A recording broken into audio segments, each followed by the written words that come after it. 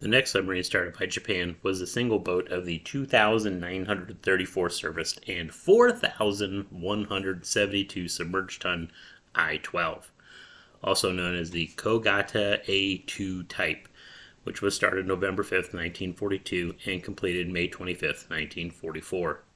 She was basically a continuation of the I-9 class. Another very long-range boat, her top speed on the surface was sacrificed to buy her longer range. An aircraft was again fitted for scouting duties.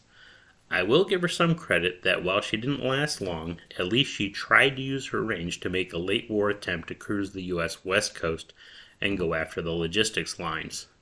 Maybe if Japan had done more of that instead of using their long-range subs as fleet boats, they could have been more successful. Would it have changed the outcome of the war? No. Once the U.S. committed its industrial superiority, it was all over except giving historians something to make videos about. Main armament was 6-bow 533mm tubes for 18 torpedoes.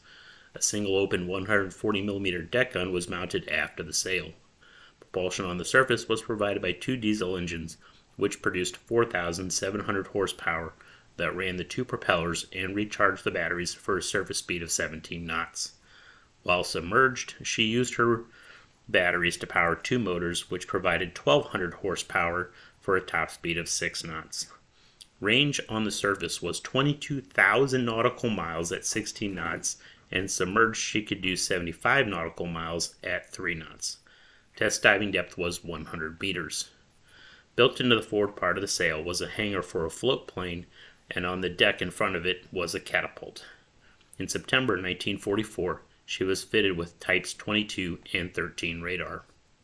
I-19 completed post-commissioning workup in early October 1944 and headed out on her first patrol to raid the U.S. West Coast.